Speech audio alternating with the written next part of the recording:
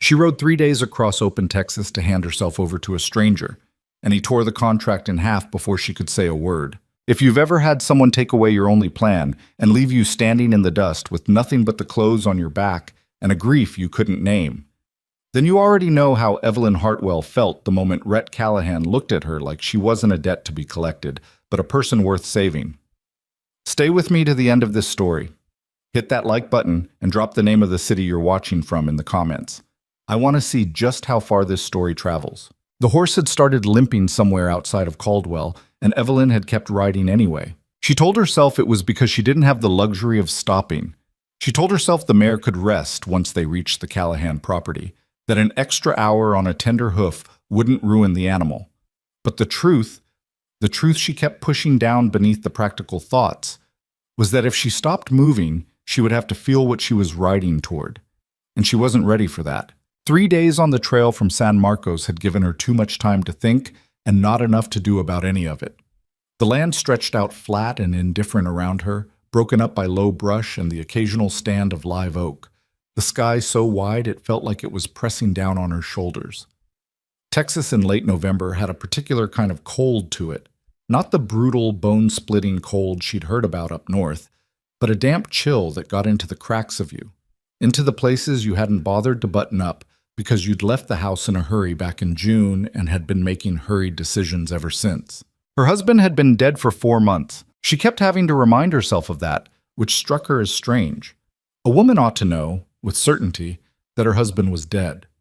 But Daniel had always had a way of being absent even when he was present, coming and going on business she never fully understood, sending letters that told her a great deal without saying anything of substance.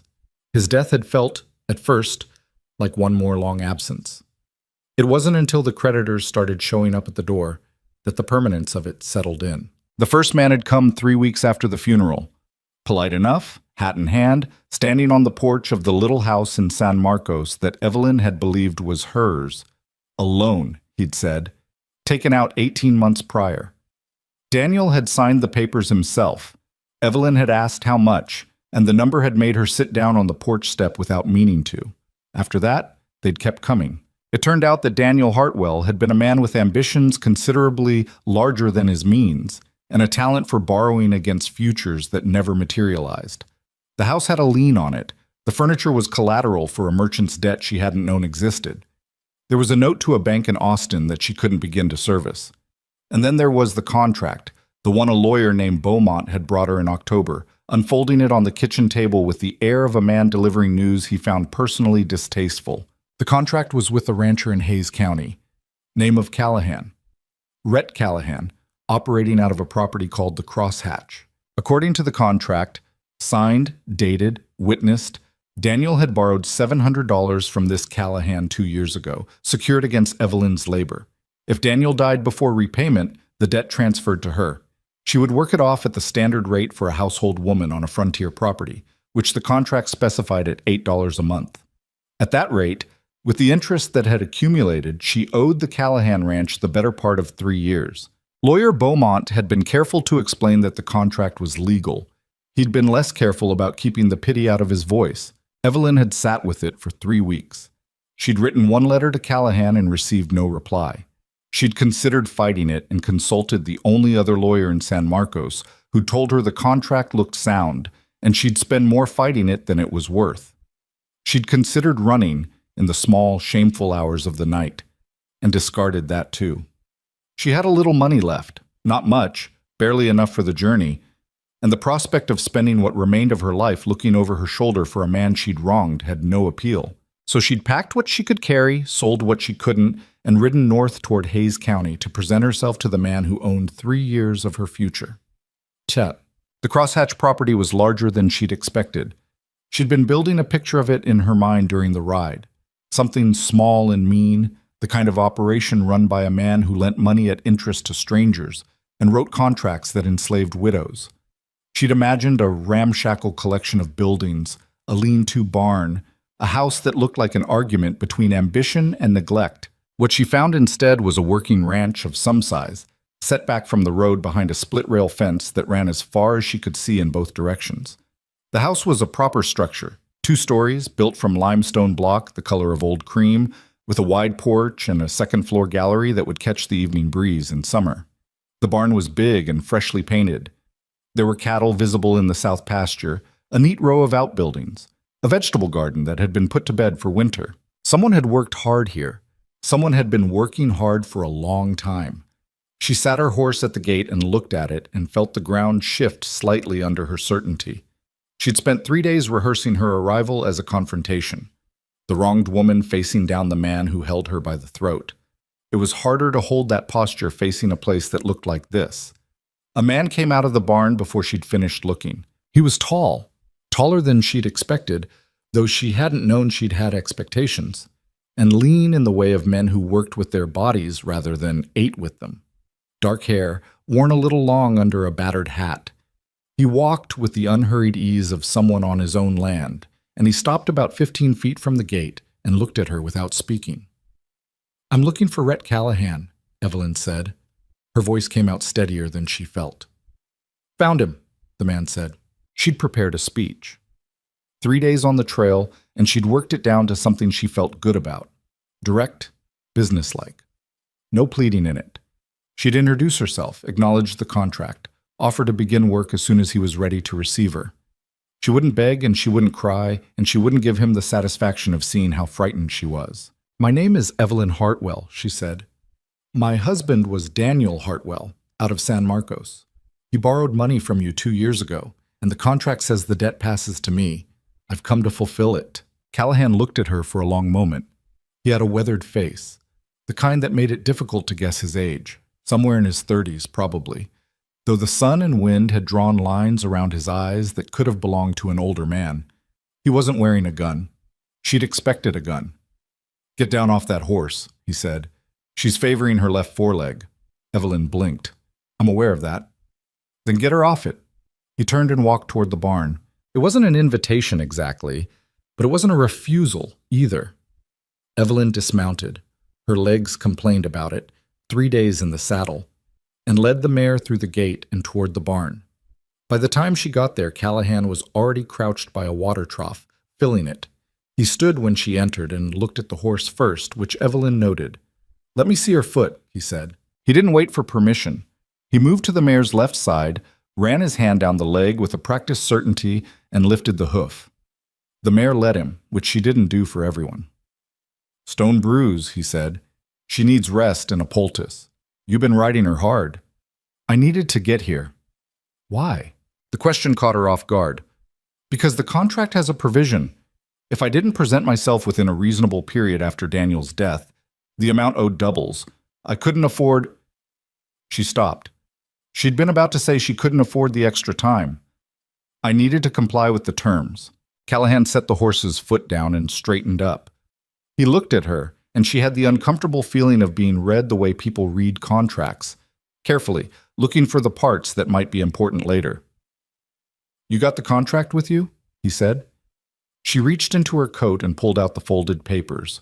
They were worn along the creases from how many times she'd opened and read them during the past 3 weeks, trying to find something she'd missed.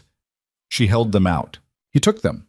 He unfolded them and read them, and she watched his face and saw nothing useful in it. Then he folded them along the original creases and tore them in half. She heard herself make a sound. Not a word, just an intake of breath. He tore them in half again and dropped the pieces on the barn floor. "I don't want your labor," he said. He turned away and went back to tending the horse. Evelyn stood in the door of the barn and looked at the 4 pieces of paper on the floor and tried to understand what had just happened. Her mind kept skidding off the fact of it. The contract was gone. 3 years of servitude, torn up and dropped in the dirt. She waited for relief and found that what came instead was something closer to panic. "I don't understand," she said. "It's straightforward enough. It's legal. You can't just—" "It was a valid contract." "It was my contract," Callahan said, still with his back to her. "Mine to do with as I liked. I didn't want it when Daniel signed it, and I don't want it now." "Then why—" She stopped. "Why did you let him sign it?" He turned around then. His face had a complicated expression on it, something that wasn't quite guilt and wasn't quite grief, but sat somewhere near both of them. "Because he came to me with nothing, and he needed the money, And I told him I didn't want interest, but he kept insisting on security. So I let him write it up the way he wanted. I figured I'd tear it up if it ever came due. He looked at her. It came due. Evelyn had been prepared for this man to be her enemy. She had not been prepared for him to be something else, something more confusing. He owed you $700, she said. He did.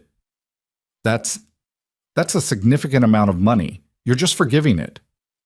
I'm not forgiving anything, Callahan said, with a flatness that wasn't unkind. Daniel's dead. What I'm doing is declining to collect it from someone who didn't borrow it. She looked at him for a long moment. Outside the barn, the light was going gold and long across the pasture. The mare had found the water trough and was drinking. I don't know where to go, Evelyn said. She hadn't meant to say it. It was a private thing, the kind of thing you admitted to yourself in the dark, but not out loud to a stranger. She felt her face heat up and looked at a point past his shoulder. I mean, she said more carefully, I came here with a plan, and the plan was to work off the debt, and now there's no debt. I'll need a moment to think about next steps. Callahan studied her. Where's your people? My parents are dead. I have a sister in Missouri, but there are circumstances. It's not an option. What about Daniel's family? They made their feelings about the marriage clear when it happened. They made their feelings about the money situation clearer when he died. She kept her voice even. I don't have anywhere to go. There. She'd said it plain. 3 days on the trail and 4 months of being methodically stripped of everything. The house, the furniture. The last assumption that there was a floor beneath her. And here she was, in a stranger's barn in Hayes County, with no plan and no money, and the light coming in golden and indifferent through the barn door. Rhett Callahan looked at her for a long moment. He didn't look pitying, which she was grateful for. He looked like a man working through a problem. There's a room in the house, he said. Back bedroom. Nobody uses it. You can have it until you figure out something else. She opened her mouth. It's not charity, he said, before she could object. I need someone to handle the kitchen and the house through the winter. My cook left in September, and I haven't replaced her. You do the cooking and the cleaning, I'll give you room and board and $2 a week. That's a fair arrangement. It was a fair arrangement. It was, if she was being honest, considerably better than the one she'd ridden 3 days to accept. All right, she said. The back bedroom was small but clean, with a window that faced east and a quilt on the bed that someone had made by hand a long time ago. Evelyn set her bag down on the floor and looked at the room and thought, this is what the bottom looks like. She'd come from a family that had never been wealthy, but had always been comfortable. Her father had run a dry goods store in Nacogdoches, and there had always been enough. She'd married Daniel at 22, believing she was marrying a man with prospects, and she'd spent 8 years in San Marcos managing a house and waiting for the prospects to materialize. They hadn't. She'd understood that toward the end, though not the full extent of it. She'd understood that they were stretched thin. She hadn't understood the contracts and the loans and the promises made in her name. She sat down on the edge of the bed and put her face in her hands and allowed herself, for exactly 10 minutes, to feel the weight of all of it. Her husband was dead. She was angry at him, still, constantly, with a ferocity that frightened her sometimes. And she was also grieving him, and those two things existed in her at the same time, and she didn't know how to separate them. He had been, in many ways, a foolish man, a vain man, a man who wanted to believe himself bigger than he was, and had borrowed against futures that never came to make it feel true. She had loved him anyway, which she was starting to think said something about her that she didn't entirely like. 10 minutes. Then she got up, wiped her face, and went to find the kitchen. The kitchen was in better shape than she'd expected. The stove was a good one, a large cast-iron range that someone had kept clean. The pantry was reasonably stocked, if not elegantly. She found flour, cornmeal, dried beans, salt pork, a wheel of hard cheese, some dried peppers. There was a root cellar, she discovered, that still had potatoes and onions from the fall harvest. She made a pot of beans and cornbread, the simplest thing she knew. And when it was done, she set it on the kitchen table and found that Callahan had come in from outside and was washing his hands at the basin. I hope beans is acceptable, she said. I can do something more involved tomorrow, once I know what you have. Beans is fine, he said. They ate in the kitchen, which felt informal and strange. Evelyn had expected a dining room, a degree of formality, some structure that would tell her where she stood. Instead, they sat across the table from each other with the beans and the cornbread between them and the evening settling outside the window. "There's a hand named Cutter who sleeps in the bunkhouse," Callahan said. "He'll take breakfast at 6. Then there's Tucker, sir. He's older, his knees are bad. He does the books for me when I need them done. He's been taking his meals in the main house." "I'll plan for 3 then," Evelyn said. 4. I don't eat small." She looked up and found to her surprise that he was almost smiling. "Almost." 4, she said. "Understood." They ate without much conversation after that, but it was a silence that didn't feel hostile. Evelyn had lived with silence for a long time. 8 years of Daniel's absences had made her comfortable with it, and this quiet felt more settled than most. The house had a solidity to it. The walls were thick, and the fire in the stove kept the kitchen warm against the November chill outside. She washed the dishes after they ate, and Callahan disappeared somewhere, and she found her way back to the back bedroom and lay in the dark and listened to the unfamiliar sounds of a strange house. She thought about the 4 pieces of paper on the barn floor. She wondered if he'd swept them up or left them there. She thought about the way he'd said, "I'm not forgiving anything," with a flatness that meant something she hadn't fully worked out yet. She thought about Daniel, the way he looked when she'd first met him, at a dance in Nacogdoches, laughing at something she'd said. She thought about the box of letters she'd left behind when she'd sold most of what she owned, not left behind accidentally, but on purpose, because she didn't want to carry them and she couldn't throw them away, so leaving them seemed like the in-between thing. She thought about the quilt she was lying under, which someone had made by hand, and wondered who. She fell asleep before she'd finished the thought. Babang. She was up before dawn. It was habit, partly. She'd always been an early riser, one of the qualities Daniel had found charming early in the marriage, and mildly irritating later. But it was also something else.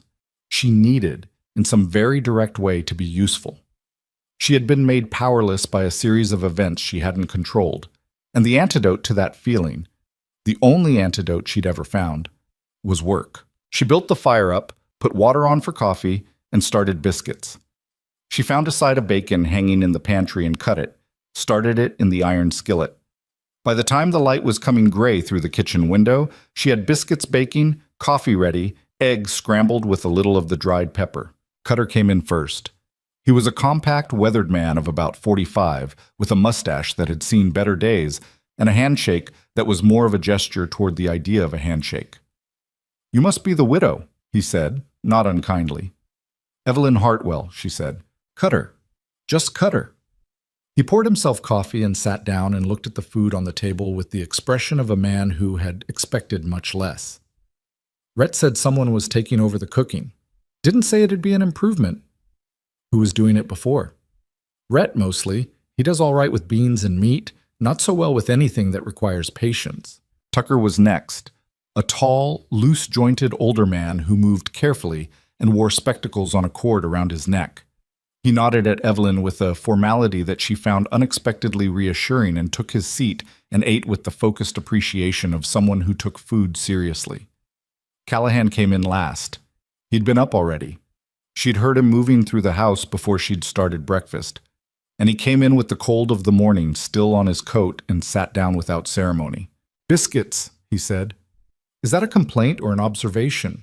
Evelyn said. Cutter hid a smile in his coffee cup. "Observation," Callahan said, and reached for one. It was a small thing, but Evelyn had learned over the years that it was the small things you could trust. The days took on a shape. She cooked breakfast and managed the house through the morning, the endless mechanical work of it, laundry and sweeping and keeping the fires from dying. And in the afternoon, she found that she couldn't stay inside. She started walking the property, at first just to the kitchen garden and back, then farther. The crosshatch was beautiful in a way that crept up on you. The land rolled gently west toward the hills, and there were creekside pecans and cedar brake draws, and along the south fence line, a view that opened up to something vast and quiet. One afternoon, she found herself at the fence, watching a group of cattle in the lower pasture, and Callahan came up beside her. "You're not afraid of them," he said, as a small observation. One of the cattle had come to the fence and was regarding her with wide, placid eyes. "I grew up in East Texas," Evelyn said. My father kept a few head. Not like this. She gestured at the spread of animals in the pasture. How many do you run? About 400 head, more by spring, if the calving goes well. You manage that with just Cutter? Had 3 hands until September. The other 2 lit out for the north when one of them got a letter from a cousin saying there was work in Colorado territory. He said it without bitterness, as a simple fact. Haven't replaced them yet. That's a lot of work for 2 people. It is, he agreed. There was a pause. The cattle in the pasture moved together slowly, the way they did when nothing in particular was happening. I can ride, Evelyn said. He looked at her sideways. I know you can. I mean, I can do more than cook and clean. If you need help with something that involves being on a horse, I'd rather be useful than walking fences by myself in the afternoon. He looked at her for a moment, not assessing her in the way she was sometimes assessed, calculating her worth, but something more like actually looking, seeing her. Your mare needs another week off that foot, he said. After that, she agreed. The first letter arrived 3 weeks after she'd settled in. It came through the post office in Wimberley, addressed to Evelyn Hartwell, in a hand she didn't recognize. She sat with it in the kitchen for a few minutes before she opened it. It was from a merchant in San Marcos named Devereaux. He wrote to inform her that her husband had purchased goods on credit over a period of 2 years, that the debt totaled $340, and that as the surviving spouse she was responsible for its settlement. He noted politely but firmly that he expected to hear from her within 30 days. Evelyn set the letter down on the kitchen table and looked at it. $340. She had $11 and some change in the bottom of her bag. She sat with the fact of it. She breathed through the first wave of it, which was pure panic, cold and specific. Then she breathed through the second wave, which was anger, at Daniel, at the open-ended misery of discovering that you hadn't known your own husband, that the man you'd slept beside for 8 years had been running a double life of debt and evasion, and you'd mistaken his silences for privacy instead of lies. Then she folded the letter up and put it in her coat pocket and went to look for Callahan. She found him in the barn, repairing a saddle. He had the kind of stillness that came from work that required attention. Hands moving steadily, eyes down, a focused quiet around him. I need to tell you something, she said. He kept working. All right. She told him about the letter. She told him the amount. She told him that she didn't know how many more there might be, that Daniel had a talent for leaving things out. He was quiet for a moment after she finished. Then, "You're not telling me this because you think I'll put you out?" "No," she said. "I'm telling you because you gave me a roof, and you ought to know what might be coming to it." He set the saddle down and looked at her. "Devereaux's a reasonable man," he said. "He'll take installments. We can write him back." "We," Evelyn said. "You're on my property. A creditor showing up here is my business." He said it without drama. "Write him back. Tell him you're aware of the debt and you'll make arrangements. I'll put up the first payment." "I can't let you do that." "It's a loan," he said simply, "against your wages if you want to frame it that way. You can pay it back, 6 months, a year, however long it takes." She looked at him. He was already picking up the saddle again, attention returning to the stitching. "Why?" she asked. He didn't look up. "Because that's how things ought to work." She wanted to press him, because that wasn't an answer, not really, or at least not a complete one. But something in the quiet of the barn told her this was what he gave people. Not explanations. Actions. She went back to the house and wrote the letter.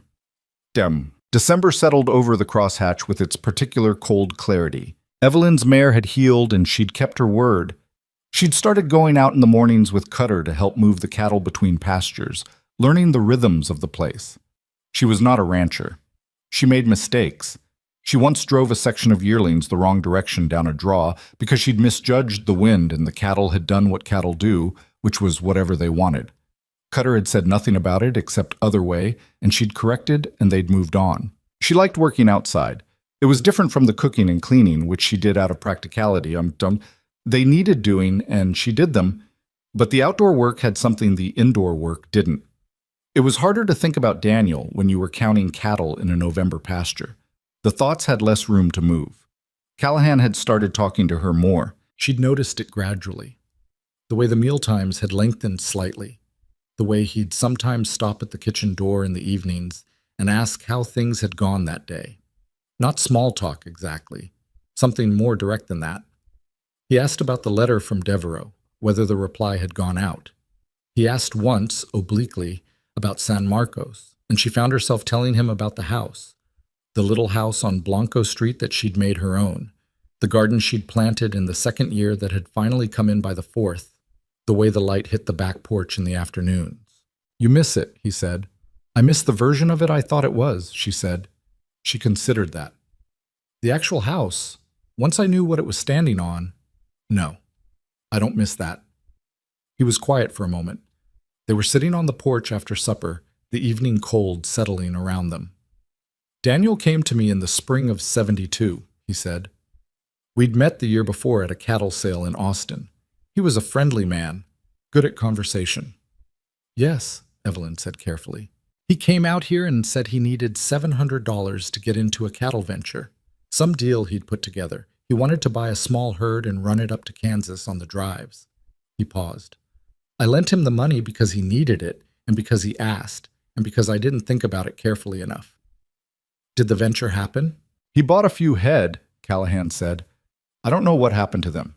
He sent me a letter in the fall saying the deal had fallen through, promised to pay me back. I didn't hear from him after that." Evelyn turned this over. "The drive money. Was that one of the debts he left me?" "No, that was just mine. I didn't track it anywhere official until he wrote back asking for the contract to be formalized." He paused. "Which I also probably should have refused." "Why didn't you?" He looked out toward the pasture. "Because a man asking for something that formal is a man who feels bad about something he can't fix," he said. "I figured if having a formal contract made him sleep better, then it was a cheap thing for me to give him." Evelyn sat with that. It was a strange kind of generosity, the kind that accepted being owed rather than pressing the debt. She'd spent a lot of time building a picture of Rhett Callahan in her mind over the past 4 months, and the picture kept proving wrong. "He was your friend," she said. It came out more gently than she'd intended. "Something like that," Callahan said. He looked at her. "I'm sorry he wasn't what you needed him to be." It was such a plain thing to say. Not, "I'm sorry he died," or "I'm sorry for your loss," or any of the formulas people reached for. Just, "I'm sorry he wasn't what you needed." It went straight through whatever she'd been keeping in place. She looked at the pasture for a long moment. The cattle were dark shapes in the distance, barely visible in the failing light. "So am I," she said. They sat in silence after that, and the silence was comfortable, and the evening came down around the ranch, and Evelyn thought about how strange it was to be here, of all places. 3 months ago, she had believed she was heading toward captivity, and somehow she had landed instead in something that felt, almost dangerously, like rest. She didn't trust it entirely. She'd learned enough these past 4 months not to trust things entirely. But she sat there on the porch in the dark and let herself have it anyway. Christmas came quietly to the crosshatch. There was no ceremony to it. Callahan was not a ceremonial man. But Cutter produced a bottle of whiskey from somewhere, and Tucker made a pie from the last of the dried apples, and Evelyn roasted the chicken she'd been fattening up since October, and they all sat around the kitchen table and ate too much. At some point in the evening, when the whiskey had gone a third of the way down and Tucker had fallen asleep in his chair, Cutter looked across the table at Evelyn and said, "You staying then?" "What do you mean?" she said. "I mean, it's been 2 months and you don't look like you're planning to leave. Just asking if that's true." She looked at Callahan, who was looking at his glass. "I don't have anywhere else to go," she said. "That's still true." "That's not a reason for staying," Cutter said pleasantly. "No," she agreed. "It's not." Outside, the wind had picked up, moving through the cedar draws below the house. The fire in the stove kept the kitchen warm. Tucker snored gently in the corner. She looked at Callahan again. He was still looking at his glass. "I like it here," she said, quietly, as if saying it too loudly might break something. He looked up then, and the almost smile was there again, brief, controlled, but present. "Good," he said. Outside, the Texas winter settled down hard and quiet over the crosshatch, over the pastures and the cedar breaks and the creek and the 400 head of cattle moving slow and warm in the darkness. And Evelyn Hartwell sat in a stranger's kitchen and felt, for the first time in longer than she could remember, something that wasn't quite safe, because she'd learned enough to know that nothing was ever quite safe, but was close enough to matter. She held on to it. January came in hard. The temperature dropped the first week of the new year and stayed down, and the work on the crosshatch shifted the way it always did in deep winter. Less movement, more endurance.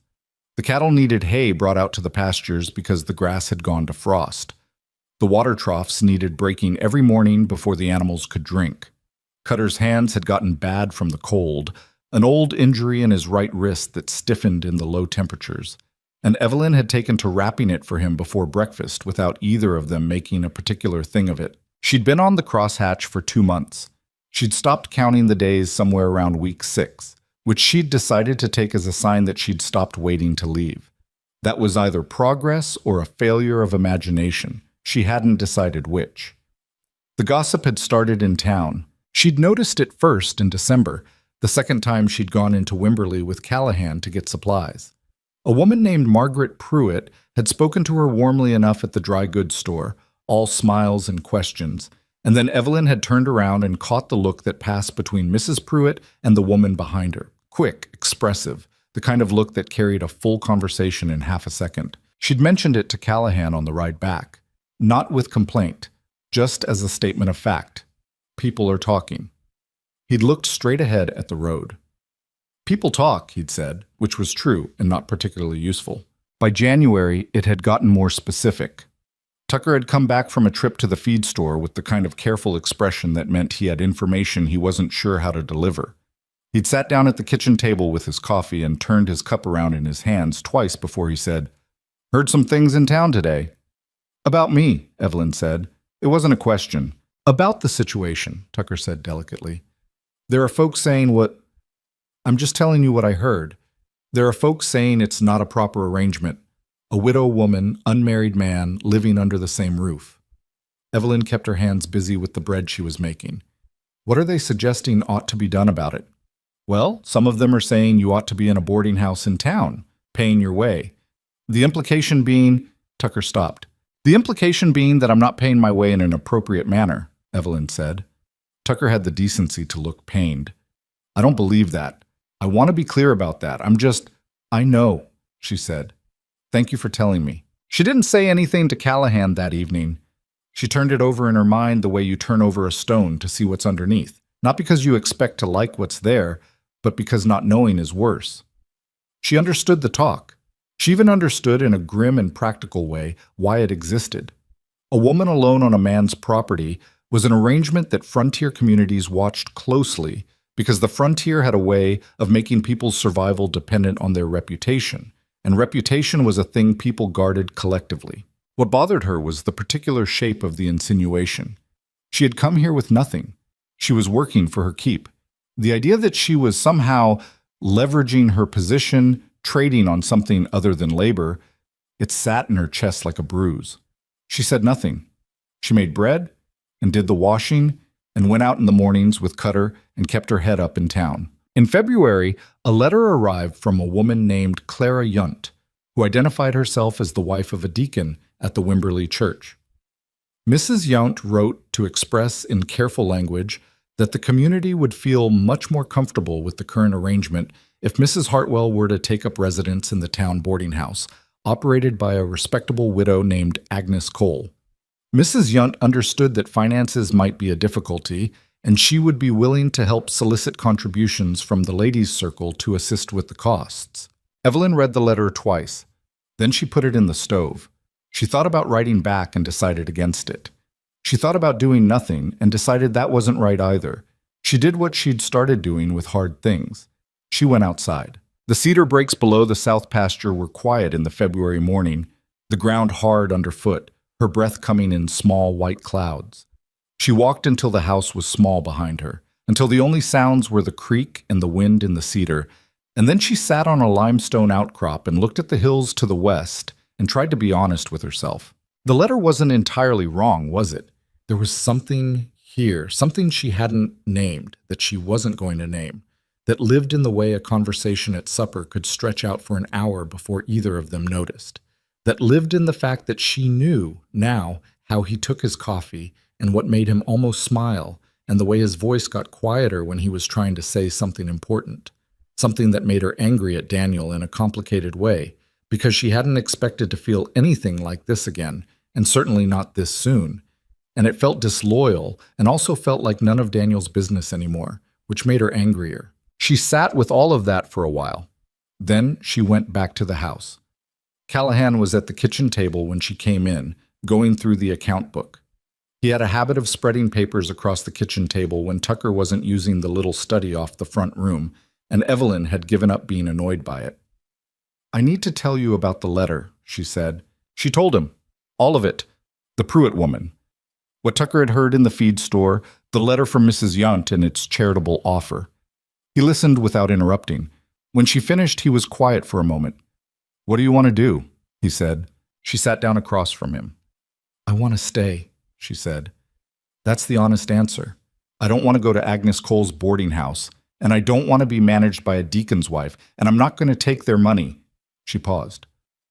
"But I'm also aware that this is your property and your reputation, and if the talk is causing you problems with buyers or neighbors or anyone who matters to the ranch, then that changes things." He looked at her steadily. "It hasn't caused me problems. Yet." "Evelyn," he said. It was the first time he'd used her first name directly, without it being part of a sentence. Just her name, standing alone. "I don't make decisions about my property based on what Margaret Pruitt thinks."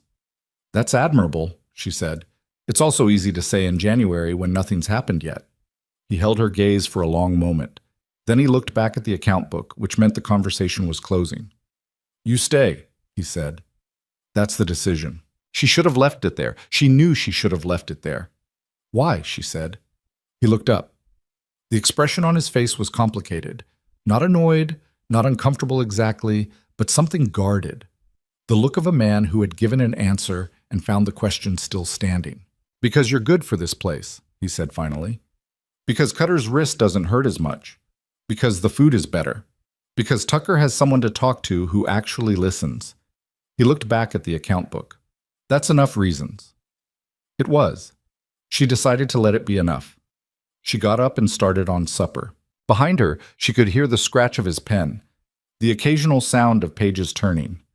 Outside, the February wind moved through the cedar breaks, and the fire in the stove held steady, and Evelyn Hartwell stood in a kitchen that wasn't hers and felt something she didn't have a clean word for, something that sat between gratitude and want, and a grief she hadn't finished with yet. And she stirred the pot and kept her mouth shut and let the evening come. The second letter arrived on a Thursday in early March, and this one was not from a deacon's wife. It was from a company called Ashford & Teller, Debt Collection, out of San Antonio. The letterhead was heavy, cream-colored stock, the kind meant to communicate weight and authority. The writing was precise and formal and entirely without warmth. The letter informed Evelyn that Ashford & Teller had acquired, for collection purposes, several outstanding debts of the late Daniel Hartwell.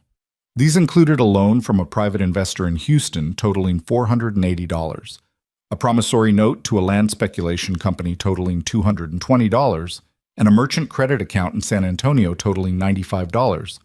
The combined total, with accumulated interest, was $807. At the bottom of the letter, a sentence that Evelyn read 3 times.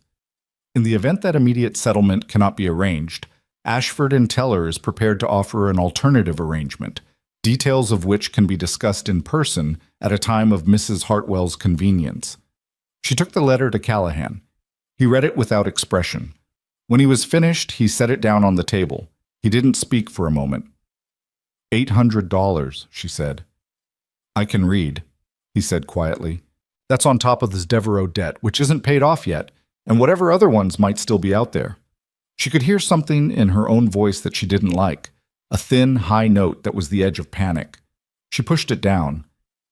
Daniel was busy. "He was," Callahan said. "The alternative arrangement," Evelyn said. "That's labor. That's what they do. Debt collection firms. They acquire the debt, and then they offer to settle it against labor contracts. Years of it, in some cases." She'd talked to enough people in San Marcos to know how it worked. I may have gone from 3 years to 7. Callahan looked at the letter again. Who's handling this for them? It doesn't say. A representative, they said, coming to meet in person. She paused. It says they'll contact me to arrange a time. Through what address? She stopped. Through the post office in Wimberley. That's all they have for me. So they don't know you're here. Not yet. He nodded slowly. He was thinking. She'd learned to recognize that stillness in him, the way he went quiet when he was working something out. Right back, he said. Acknowledge you've received it. Tell them you're aware of the debts and are consulting with counsel. I don't have counsel. Tucker knows enough law to be useful. He'll help you write something that sounds like counsel. He looked at her. Don't panic. That's what they want. I'm not panicking, she said. He gave her a look. I'm adjacent to panicking, she said. That's different. Something moved across his face. Almost a smile. Almost not. Write the letter. Give yourself time. We'll work out what to do. We. He kept saying that. We'll write. We'll work out. She kept noticing it and not saying anything about it, because she was afraid that if she acknowledged it, it would stop. She wrote the letter. Tucker helped her, producing from somewhere a reliable grasp of formal correspondence and an ability to phrase things in ways that implied consultation without stating it directly. The letter went out Friday's post. Spring came to the crosshatch the way it always came to that part of Texas, sudden and insistent, like someone throwing open windows that had been closed all winter. The pecan trees along the creek leafed out in the first warm week of March, and the bluebonnets came in along the fence lines, and the cattle in the south pasture moved differently in the warmer air, less huddled, more spread out. Evelyn had started a kitchen garden. She'd asked Callahan about it in late February. There was a plot behind the house that had been gardened once and gone fallow, and he'd said yes without making a thing of it. She'd spent a week in early March turning the soil and amending it and planning what to put in. It was her garden in the way that nothing on the crosshatch was actually hers, but she'd staked it out and dug it up, and she knew where everything would go, and that was close enough. Cutter had come to look at it one afternoon and stood at the edge of it with his thumbs hooked in his belt. Tomatoes, he said, and beans and squash and some herbs along this edge, she said. I thought peppers here, where it gets the afternoon light. Rhett likes peppers, Cutter said, with an absolute absence of anything in his voice. I know, Evelyn said, also with an absolute absence of anything in her voice. Cutter picked up his hat, turned it over, put it back on. Nice garden, he said, and walked away. The representative from Ashford and Teller arrived on a Wednesday in late March. His name, he'd written in his reply to Evelyn's letter, was Gareth Lorne. He'd proposed meeting at the dry goods store in Wimberley, which Evelyn had agreed to because it was a public place, and because she had no intention of letting this man come to the crosshatch. She'd asked Callahan to come with her, not as a protector, she was clear about that, but because he knew the region and the people and the legal landscape in ways she didn't, and because she wanted a witness. He came. He drove the wagon in from the ranch and tied it at the post outside Garfield's dry goods and didn't say much on the way in. Gareth Lorne was a trim man of about 50, with the kind of careful grooming that announced he considered himself a professional. He wore a good coat, carried a leather case, and had the practiced warmth of someone who had learned that warmth was a useful tool. He stood up when Evelyn came in, extended his hand, thanked her for her time. This is Rhett Callahan, Evelyn said. He ranches in this county. Lorne looked at Callahan with a brief, assessing glance. I wasn't aware this was a joint meeting. It isn't, Callahan said. I'm just here. Lorne's smile thinned slightly, but held. They all sat down on the chairs that Mr. Garfield had arranged at the back of the store with the tact of a man who rented out his space for these kinds of conversations regularly. Lorne opened his leather case and laid out papers with the efficiency of someone who had done this many times. He explained the debts in detail, amounts, dates, interest rates. He explained that Ashford and Teller had acquired them legally from the original creditors at a discount, and that the full amount was now owed to his company. And the alternative arrangement, Evelyn said, when he'd finished the recitation. Yes. He folded his hands. We found in many cases that direct settlement is simply not possible for surviving spouses. The amounts involved can be quite large. What we offer is a labor contract. You would work in an arrangement we broker, typically in household or domestic service. The wages would be applied against the debt at a rate we'd negotiate. It's quite commonly done. How long? Evelyn said. Given the current total, $807, and at the standard domestic rate, we'd be looking at approximately 7 years. 7 years. She kept her face still. And if I don't accept the alternative arrangement, she said, then we'd be obligated to pursue collection through the courts. You'd be summoned, a judgment would be entered, and your assets and wages would be subject to attachment. He spread his hands in a what can you do gesture, which, given your current situation, would be, what's the legal basis for the labor arrangement? Callahan said. His voice was mild and specific, the voice of someone asking a question they already know the shape of. Lauren looked at him. I beg your pardon? The labor arrangement. What statute authorizes a private collection firm to broker a labor contract for a debt that was the debtor's, not the widow's? In Texas. A pause.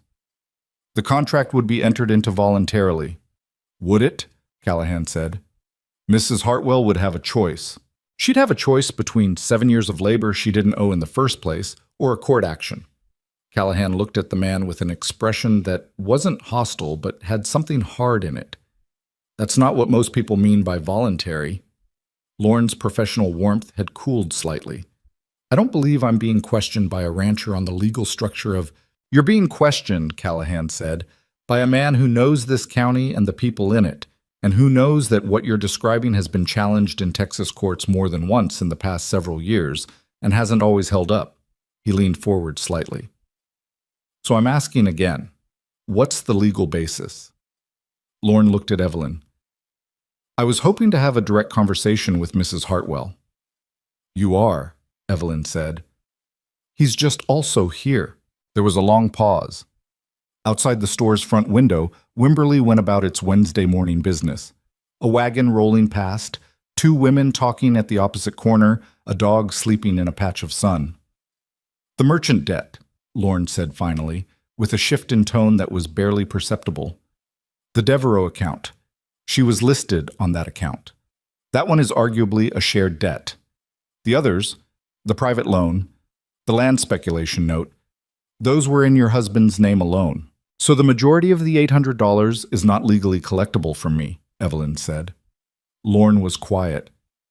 What is collectible? She said. The merchant account, he said, with the voice of a man recalculating. With interest, approximately $120. Which I'm already making arrangements on through the original creditor, Evelyn said. Mr. Devereaux and I have an agreement. Another silence. Lauren looked at his papers. He looked at Callahan. He looked at Evelyn. I'll need to review the terms of the original debt acquisition, he said finally. It meant he was retreating. He was retreating carefully and professionally, but he was retreating. Of course, Evelyn said pleasantly. I appreciate you coming all this way. They shook hands again. Lauren packed his papers away with slightly less efficiency than he'd unpacked them, and left the store with his leather case and his good coat, and the bell above the door rang when he went out. Mr. Garfield appeared from behind a shelf of dry goods with a canister of coffee.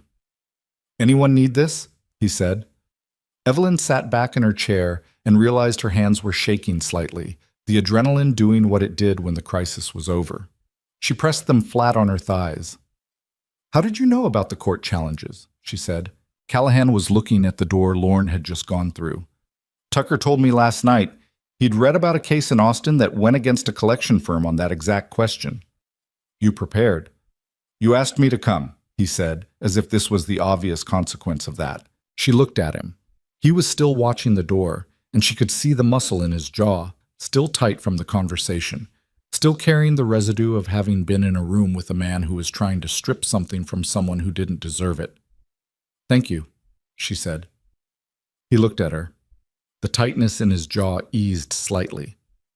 Don't thank me, he said. Just means we bought some time. He's not done. His kind doesn't quit after one meeting. He was right. She knew he was right. They got up and paid Garfield for 2 coffees they hadn't drunk, on principle, and went out to the wagon. The drive back to the crosshatch was quiet, the way their silences had gotten. Not empty, but full of things they weren't saying yet. The bluebonnets were coming in along the road, thick in some places, and the sky had the deep particular blue of a Texas March afternoon that looked painted. She thought about 7 years. She thought about what it would look like to simply be afraid for 7 years, to live at the mercy of a firm in San Antonio that had bought her husband's mistakes at a discount and planned to profit from them. She thought about Callahan's voice in that store. That's not what most people mean by voluntary. And the way Lorne had backed down, not because he was a good man, but because he'd met something he hadn't expected and recalculated. She thought about this kitchen garden behind the house, the rows she'd marked out, the places where the tomatoes would go. "He'll come back," she said, when they were close enough to the crosshatch to see the limestone walls through the cedar. "Probably," Callahan said. "And when he does, he'll have done the research. He'll know exactly what he can and can't collect." "Probably. So we need to think about what happens then," she said. Callahan drove the wagon through the gate and up toward the barn. He was quiet until he'd pulled the horse up and set the brake. Then he turned and looked at her with an expression she couldn't entirely read. Something careful and forward-looking, like a man checking the weather before he says something. "I know," he said. "I've been thinking about it." He got down from the wagon and went to the horse's head, and Evelyn sat for a moment longer in the afternoon light and listened to the crosshatch, the cattle in the far pasture, the creak of the barn in the wind, Tucker's voice somewhere carrying a tune badly, and felt the ground shifting under her again. Not the way it had shifted when things fell apart, different, like something settling into place. She got down from the wagon and went to help with the horse, and the afternoon light came golden over the limestone walls, and Wimberly and Gareth Lorne and $800 of other people's decisions receded for now into the back of things. For now. Lorne came back in April. He didn't write first this time. He simply appeared. On a Tuesday morning, riding up the crosshatch road on a bay horse with a second man beside him, and Evelyn saw them from the kitchen window while she was washing the breakfast dishes and felt her stomach drop before she'd fully registered who it was. She dried her hands. She went to the front door and opened it before they'd reached the porch. Lorne looked the same. The good coat, the careful grooming, the professional warmth that didn't reach his eyes.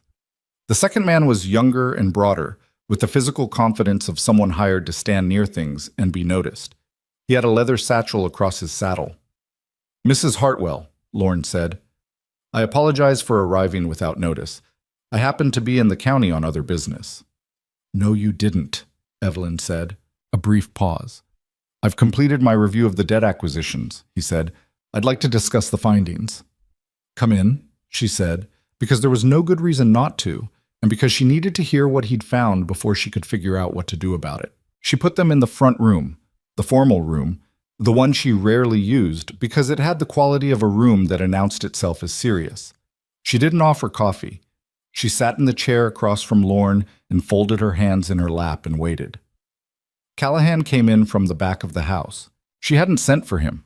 She'd been in the kitchen alone when she'd seen them ride up, and she hadn't had time to find him, and yet here he was, coat on, hat in hand, moving through the front room with the particular ease of a man on his own ground. Lorne looked at him. "Mr. Callahan." "Lorne," Callahan said, and sat down in the chair nearest the door. The second man, the one with the satchel, had positioned himself near the front window. Callahan looked at him once, briefly, and then didn't look at him again, which Evelyn suspected was its own kind of message. Lorne opened his case. He laid out 3 documents, new ones, typed rather than handwritten, with different headings than the previous ones. "After reviewing the original acquisition terms," he said, "I'm prepared to confirm that the private loan and the land speculation note are not, strictly speaking, collectible from you as the surviving spouse under current Texas law." "We know that," Evelyn said. "However," Lorne continued, and the word had weight to it, "the merchant account, the Devereaux credit, was listed jointly, as was a boarding account in San Antonio that your husband maintained." He slid one of the typed documents toward her. "The boarding account was not in the original letter I sent you. It came to our attention during the review. The amount with interest is $63. Evelyn looked at the document. A boarding account. Daniel, in San Antonio, boarding somewhere she'd never heard of, running up a tab she'd never known about. She pushed the thought of what that implied to one side. She could be angry later, and focused on the numbers. So the legitimate collectible amount is the Devereaux account, which I'm already paying, plus $63 for a boarding house, she said. That's correct, Lauren said. She waited. There was more. There was always more. However, he said again, there is a second matter. He slid the second document across. During our research into your husband's estate, we identified a promissory note that was signed not by your husband alone, but jointly, by both Daniel Hartwell and Evelyn Hartwell. She looked at it. She looked at her name on the document, the full signature, Evelyn Grace Hartwell, above a date in the spring of 1871. I didn't sign this, she said. The signature appears to be yours. It isn't. She looked at it again. It was close enough that someone who didn't know her hand could be fooled. But the loop on the E was wrong, and she'd never put the period after Mrs. that appeared on this document. Someone forged it. Lauren's expression didn't change. That's a significant accusation. It's also the truth. She pushed the document back across the table toward him. Who is the creditor on this note? A private investor. A Mr. Harlan Webb of Galveston. She'd never heard the name. How much? $300. With interest, $340. $340 on a forged signature. She looked at Callahan. He was watching Lauren with an expression that had gone very still and very specific. Where is this Mr. Webb now? Callahan said. He's deceased. The note passed to his estate, which engaged our firm for collection. Convenient, Callahan said. I beg your pardon? Convenient that the man who supposedly witnessed a signature is dead, Callahan said. Makes it harder to ask him about the signing. Lauren's professionalism developed a hairline crack in it. Mr. Callahan, I'd ask you to be careful about implying. I'm not implying anything, Callahan said. I'm noting a fact. Evelyn looked at the document again. $340. She thought about what that number meant against what she had. Her $2 a week, what she'd saved, the arrangement with Devereaux that was eating into it. She thought about 7 years and about Lauren's alternative arrangement, the labor contract. She thought about the second man by the window who still hadn't moved. What are you proposing? She said, flat and direct. Lauren straightened slightly. Given the complexity of the situation, the forged signature claim, the existing payment arrangements, I'm authorized to offer a consolidated settlement. All debts, legitimate and contested, settled against a single labor contract. 4 years, household service, with our firm brokering the placement. He folded his hands. It's quite reasonable given the total exposure. 4 years this time. He'd come down from 7. She looked at him. She looked at the document with the forged signature, at her name written in a hand that wasn't hers on a note she'd never seen. And she felt something in her shift, not break, not collapse, but harden, like something that had been soft getting cold. No, she said. Mrs. Hartwell, no. She said it the same way the second time without raising her voice. I'm not going to sign a 4-year labor contract to settle a debt I didn't owe and a note I didn't sign. That's my answer. Lauren looked at her for a long moment. Then I'll be forced to pursue a legal remedy. Then pursue it. He looked at Callahan. Callahan looked back at him with an expression that contained nothing threatening and nothing yielding, just presence, patient and solid. We'll be in contact, Lauren said. He gathered his documents, put them back in the case. He stood. One more thing, Callahan said. Lauren paused. You rode out here without notice, Callahan said. You brought someone with you who hasn't introduced himself or stated a purpose. He looked at the second man by the window, who had the grace to look slightly uncomfortable. I understand why you might think that approach works on a widow woman living alone. I want you to understand that it doesn't work here. He stood up too. He had a few inches on Lauren, and he didn't use them aggressively. Just stood. Next time you have business with Mrs. Hartwell, you write first. Lauren held his gaze for a 3 count. Then he nodded, a minimal, professional nod, and went to the door. The second man followed him without having said a word. Evelyn sat in the front room and listened to their horses leave, the sound fading down the crosshatch road. When the hoofbeats were gone, she became aware that she'd been holding herself very straight and very still, and she let herself unbrace slightly. The signature is forged, she said. I know, Callahan said. Daniel didn't just borrow money he couldn't repay. He signed my name to a debt I didn't know about. I know. She turned the document over in her mind. Her name on a note in Galveston, on some dead man's paper, sold to a collection firm for pennies. I don't know if he thought I'd never find out, or if he planned to pay it before it mattered, or if he just... She stopped. Or if he just didn't think about it, Callahan said quietly.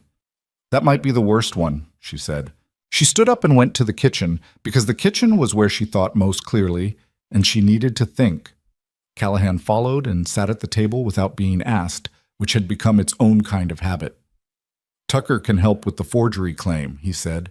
If it goes to court, a handwriting comparison. That costs money, Evelyn said. And time. And standing in front of a judge and arguing that my dead husband forged my name. She started coffee, hands busy, mind working. Even if I win, I've spent money I don't have and given Lauren's firm a year of pressure to work with. So what do you want to do? She turned and looked at him. There was a question she'd been circling for the better part of 3 weeks, since the wagon ride back from Wimberley, since he'd said I've been thinking about it and left it there. She'd been waiting for him to finish the thought. She was beginning to understand that he wasn't going to finish it unless she pushed. You said you'd been thinking about it, she said, on the way back from meeting Lauren the first time. You said you'd been thinking about what happens when he comes back. I did. What were you thinking? He looked at her for a long moment. The kitchen had the mid-morning quiet of a weekday. Cutter was out with the cattle. Tucker was somewhere with his books. The house was theirs. I was thinking, he said carefully, that there are ways to make you harder to collect from. She waited. A married woman's debts are her husband's, he said. A husband's debts are not, automatically, his wife's. Not in Texas, not since the last revision to the married women's property statutes. He said it precisely, the way Tucker said things when he wanted to be sure they were heard correctly. If you were married, the pre-existing debts from your first marriage would not automatically attach to your new husband's property. Lauren's firm would have a much harder time. The kitchen was very quiet. That's a practical argument, Evelyn said. It is. For a practical solution. Yes. She turned back to the coffee because she needed something to do with her hands. She poured 2 cups and set one in front of him and sat down across the table. Is that the only reason you're raising it? She said. He wrapped his hands around the cup. He didn't answer immediately, and she found herself respecting that he didn't reach for a quick answer, that he sat with the question the way it deserved. No, he said. She looked at him. He looked at her. The morning light came in through the kitchen window and lay across the table between them, and the fire in the stove held steady. I'm not asking out of obligation, he said. The words had a careful quality, like he was choosing them from a larger number and discarding the ones that weren't right. I want to be clear about that. I'm not asking because Lauren showed up, or because it's legally useful, or because people in town are talking. He paused. I'm asking because you've been here 5 months, and it would be wrong not to say it plain, so I'm saying it plain. You're saying it in a very roundabout way for someone saying it plain, Evelyn said. Something crossed his face. Not quite a smile, but related to one. I want you to stay, he said. Not because you cook or because Cutter's wrist is better. Because when you're not here, the place is different. Quieter in a way I don't like anymore. He looked at his coffee. I know it's too soon. I know you're still working out your feelings about Daniel. I'm not asking you to have settled everything. I'm asking if there's something here worth considering. Evelyn sat with that. She thought about everything she'd been not naming for 5 months, the thing that lived in stretched-out suppers and the way she knew how he took his coffee. There's something here, she said. He looked up. I don't know what to do with it yet, she said. I'm still angry at Daniel, and I know that anger needs to go somewhere useful before I can trust my own judgment about much else. She was being honest, trying to, the way you tried to be honest when it mattered. But there's something here. He nodded. He didn't push it further, which was also the right thing. Then we have time, he said. They drank their coffee, and outside the bluebonnets were still going, thick along the fence lines, and the morning went on the way mornings did, with work waiting on the other side of it. It was Cutter who told them about the meeting. He came in for lunch that Thursday and sat down with a look on his face that Evelyn had learned to read. something between annoyed and reluctant, the expression of a man who had news he didn't want to be the carrier of. "Heard something in town this morning," he said. "Stopped at Haskell's to pick up some wire." "And?" Callahan said. "Lorne's been talking." Cutter poured himself water. "To people. To the kind of people that talk to other people. He's been saying about Evelyn, about the arrangement here." He looked at the table. "He's suggesting that a woman living on a man's property who refuses to honor her debts is," the word he used was disreputable. The word sat in the kitchen. "He's trying to damage her standing so a judge is less sympathetic," Callahan said. "That's my read," Cutter said. "And it's working. Mrs. Pruitt's already talking. The Yunt woman wrote another letter. May Haskell mentioned it, said she'd heard." He finally looked at Evelyn. "I'm sorry, I didn't want to bring it in." "I'm glad you did," Evelyn said. After lunch, she put on her coat and went outside. Not to the cedar breaks this time. She went to the garden, which was coming in now. The first green shoots of the beans she'd put in 2 weeks ago pushing up through the dark soil. She crouched down and looked at them and tried to think clearly. Lorne was smart. She'd underestimated how smart. He couldn't collect legally, or not easily, so he was going to the community instead, painting her as a woman of bad character, a debtor who refused what she owed, living improperly. If the gossip got bad enough, a local judge might not look kindly on her claims about a forged signature. If the community turned against her, Callahan's reputation turned with it. He was building pressure from outside because he couldn't build it from the law alone. She heard footsteps behind her and didn't turn around because she knew the sound. "He's going to keep at it," she said. "Yes," Callahan said. "He's going to make this place difficult. For you, your neighbors, your buyers." "Evelyn." "I'm thinking about whether to leave," she said. It came out steady, which surprised her. "Not because I want to, because staying is costing you something and I don't want to take from you. You've given me enough." He was quiet for a moment. She could hear him breathing, the wind in the cedar behind the garden. "I need you to stop deciding what this place can afford," he said. Not angry. Something lower than angry. Something more direct. "That's not your call to make alone." She stood up. She turned around. He was closer than she'd expected. Not crowding her, but close, and looking at her with an expression she hadn't seen on him before. The careful guardedness was gone. What was underneath it was plainer and harder to look at. Wanting and worry, and the particular kind of stubbornness that came from a man who had decided something. "I asked you a question this morning," he said. "You said there was something here, so I'm telling you. It's worth more to me than whatever Lorne does to my reputation with the Pruitt women and the deacons. It's worth more than that." "You can't know." "I know what I know," he said. "I've been by myself on this ranch for 4 years. I know what it felt like before you got here, and I know what it feels like now, and I'm not interested in going back." He held her gaze. "I'm not asking you to decide this minute. I'm asking you to stop adding up what you cost me as a reason to go." She looked at him for a long moment. The garden was green and small behind her, just starting. The cedar brakes were moving in the spring wind. "All right," she said. All right meaning I'll stop," she said. "I won't add it up that way." He breathed out. Something in his shoulders settled. They stood in the garden in the April afternoon, not touching, not saying anything else, but close enough that the distance between them was a thing you noticed. Then Cutter's voice came from somewhere near the barn, hollering something about a loose gate, and the afternoon came back around them, and Callahan turned and went toward the barn, and Evelyn turned back to her garden and crouched down again and looked at the green shoots in the dark soil. She put her hand flat on the earth. It was warm. Things were growing in it. She stayed there for a minute longer, then stood and went back inside to start supper. 2 days later, on a Saturday, Gareth Lorne rode into Wimberley with a purpose. Evelyn wasn't there when it started. She was at the crosshatch, hanging laundry in the April wind, when Tucker came back from town with his jaw set in a way that meant something had happened. She got the story in pieces, Tucker telling it carefully, and Cutter filling in the parts that Tucker was being diplomatic about. Lorne had gone to Haskell's feed store, which in Wimberley functioned as the main gathering point for men on a Saturday morning. He'd told the story of Evelyn's debts, loudly, with the particular framing of a man who wanted his version to be the established one before anyone else's arrived. He'd said that Mrs. Hartwell had refused to honor legitimate obligations. He'd said that she was living off a generous man's charity while evading what she owed. He'd said, and this was the part Cutter told her, watching her face carefully, that a woman who arrived at a stranger's ranch with nothing and had stayed 5 months without a proper arrangement was a woman whose character was open to interpretation. He'd said it in a room with 8 men in it on a Saturday morning. Callahan had been in the room. Tucker said it carefully. He stood up. Evelyn looked at him. What happened? Tucker glanced at Cutter. He didn't hit him, Cutter said. In case you're wondering. I wasn't... She stopped.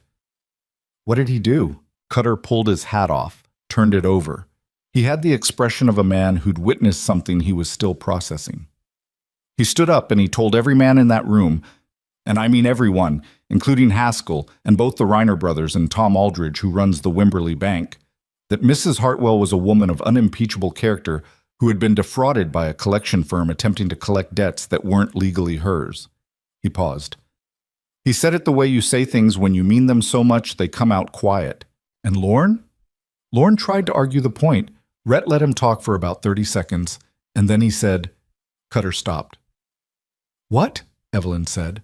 He said, this woman came to this county to settle a debt that wasn't hers to settle, and I'm telling you what kind of woman does that. You can take that or leave it. Cutter looked at her.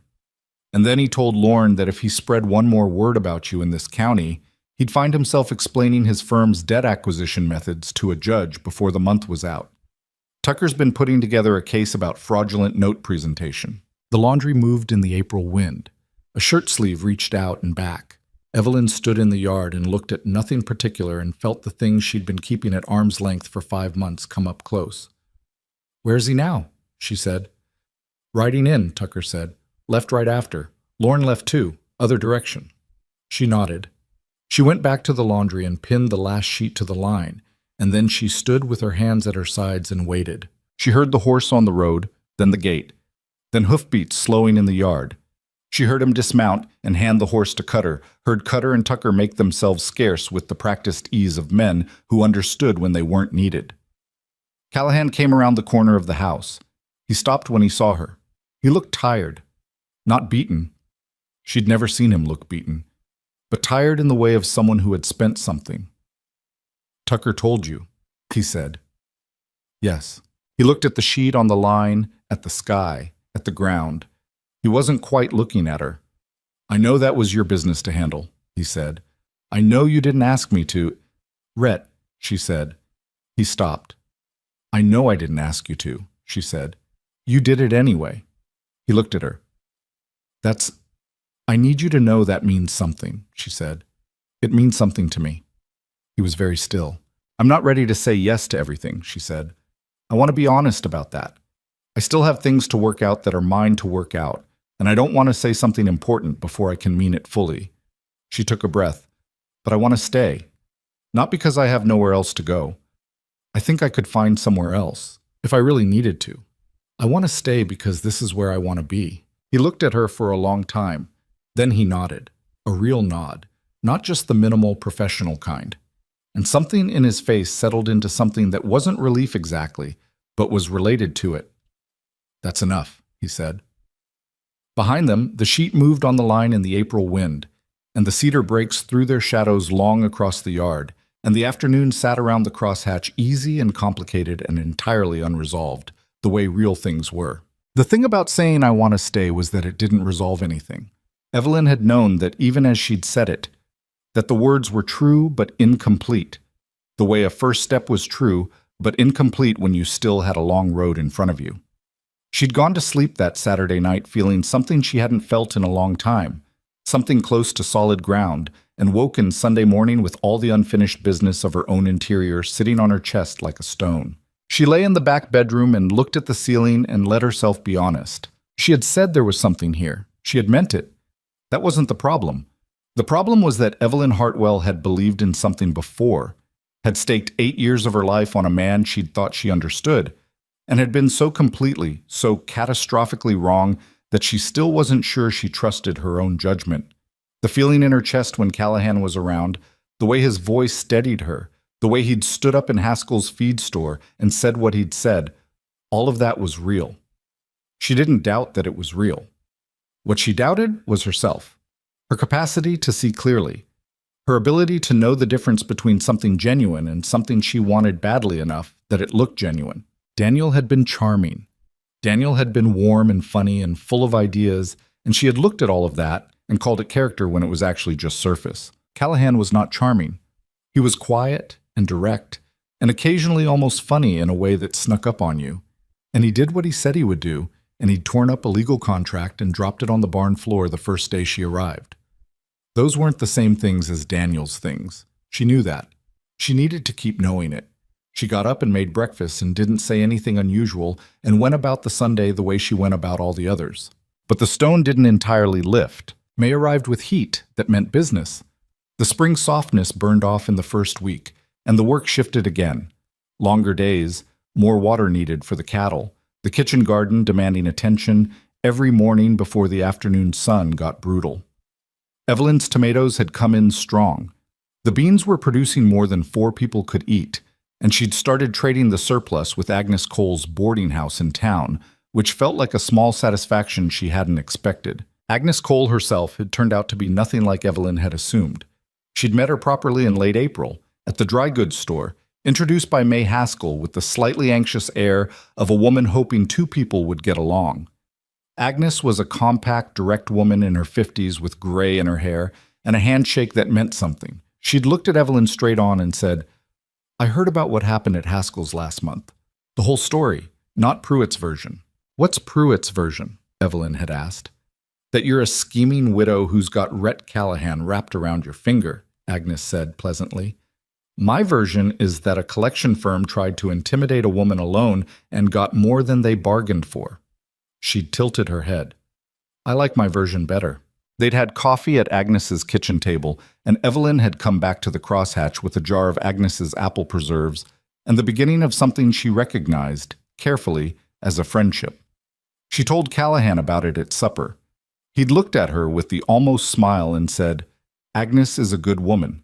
Her husband was a good man." "Was?" "Died about 6 years ago. Fever." He was quiet for a moment. She kept the boarding house going herself, didn't ask anyone for anything. Evelyn thought about that. "Like you kept the ranch." He looked at her. "I had Cutter." "Cutter with a bad wrist and Tucker who can't ride," she said. "That's not much." He didn't argue the point, which meant she was right.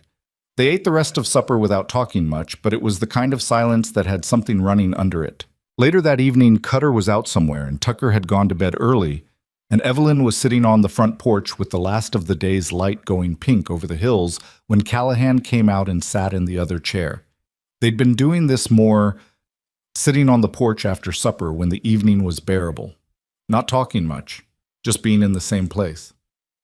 "Agnes asked me something today," Evelyn said after a while. "What?" "She asked if I was all right."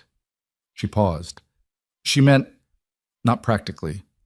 She meant the other kind." He was quiet. "I told her I was working on it," Evelyn said. She said that was an honest answer. "It is," Callahan said. "She told me something about grief." Evelyn looked at the hills.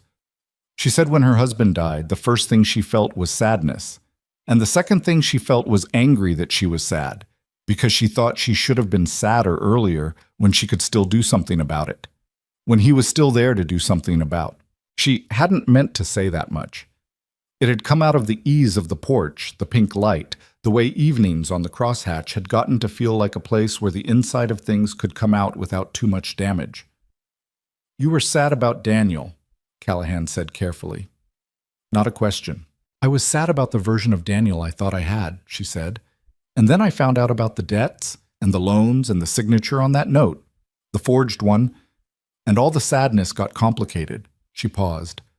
"I keep being angry at a dead man. It's an exhausting way to live." "Yes," he said, "it is." She looked at him. There was something in those 2 words, a weight to them, personal, that she'd caught glimpses of before and never pressed. "Was there someone?" she said. "Before, for you." He was quiet long enough that she thought he might not answer. Then, "Her name was Clara. We were going to be married about 7 years ago." He looked at his hands. She went back to her family in Georgia. Her father didn't think a Texas rancher was what she needed. Did she think that? I think she thought what her father thought, he said, which is its own answer. Evelyn looked at the hills again. 7 years of a quiet ranch and a man who'd closed something off in himself and kept working. She understood that. The way you built walls out of work, kept moving because moving was the alternative to sitting still with loss. She's the reason the back bedroom had a quilt, she said. Not a question. A pause. Her mother made it. She left it when she left. He said it flatly, without drama. I kept it because it was a good quilt. Evelyn almost smiled. It is a good quilt. They sat on the porch until the last light was gone and the stars came out hard and bright the way they did over open Texas. And then they went inside and went to their separate rooms, and nothing had been decided, but the stones were a little lighter than they'd been. The letter from Tucker about the forged note came in the second week of May.